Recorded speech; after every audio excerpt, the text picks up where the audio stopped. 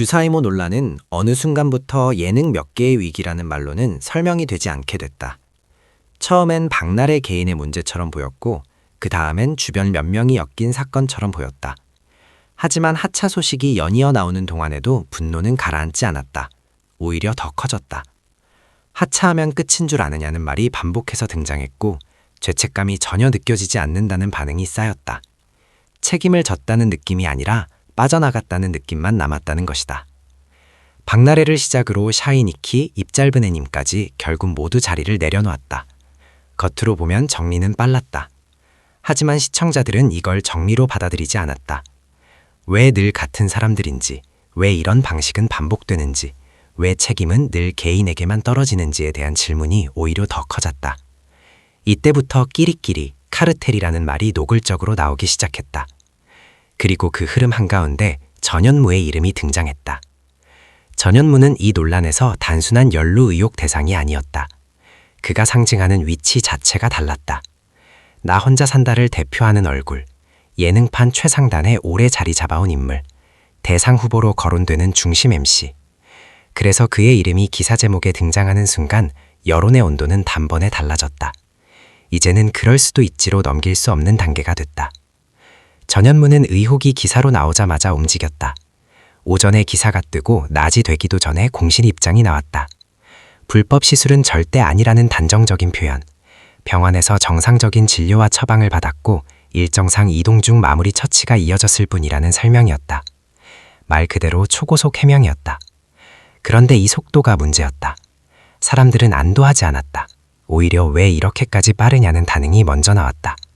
왜 이렇게 선을 긋는지, 무엇을 차단하려는지에 대한 의문이 자연스럽게 따라붙었다. 논란의 불씨는 결국 그 장면으로 돌아간다.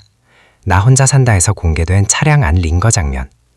병원이 아닌 공간, 이동 중인 차 안에서 링거를 맡고 있는 모습이다.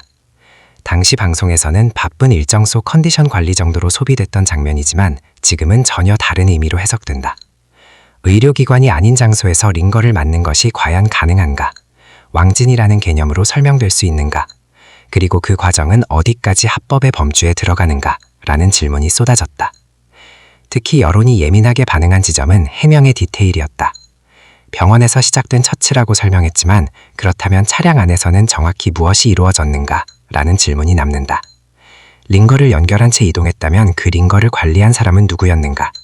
링거 제거는 누가 했는가? 이 모든 과정이 의료진에 의해 이루어졌는가? 단순히 치료의 연장이라는 말로 다 풀 수 없는 지점들이 하나둘 드러났다. 이 과정에서 시청자들은 말이 아니라 증거를 요구하기 시작했다. 진료 기록을 공개해보라는 요구가 공개적으로 등장했다. 그러면 믿어주겠다는 말도 함께 나왔다. 해명이 사실이라면 숨길 이유가 없다는 논리였다. 심지어 링거 사진 속 수액의 양까지 문제 삼는 반응도 나왔다. 마무리 처치라고 하기에는 지나치게 많아 보인다는 말, 이동 중 잠깐 이어졌다는 설명과 맞지 않는다는 지적이다. 이런 반응은 단순한 악플이 아니라 해명이 충분하지 않다고 느끼는 지점에서 나온 것이다. 전현무를 향한 불씨는 개인 차원을 넘어 프로그램 전체로 번졌다. 문제의 장면이 공중파 예능을 통해 그대로 방송됐다는 사실이 다시 부각됐다. 불법 여부를 떠나 시청자가 보기에도 의문이 드는 장면을 아무 설명 없이 내보낸 제작진은 책임이 없는가라는 질문이 이어졌다. 이참에 나 혼자 산다를 폐지해야 한다는 주장까지 나오는 이유다. 너무 오래 했고 같은 사람들이 계속 나오는 구조에 대한 피로감이 이미 누적돼 있었기 때문이다. 여기에 사회적 맥락까지 겹쳤다. 결혼율은 낮고 출산율은 바닥인데 공영방송에서 혼자 살며 먹고 마시고 즐기는 예능이 과연 어떤 메시지를 주고 있는가? 라는 비판이 나왔다. 단순한 예능 취향의 문제가 아니라 지금 사회 분위기와 동떨어져 있다는 인식이 이번 논란과 맞물리며 더 크게 번졌다. 놀라운 토요일 역시 같은 선상에 놓였다. 주축 멤버 3명이 하차했음에도 포맷 변화 없이 방송을 이어가겠다는 입장이 나오자 시청자들은 허탈함을 감추지 않았다. 출연자만 바꾸면 끝이라는 태도에 대한 반감이 커졌다.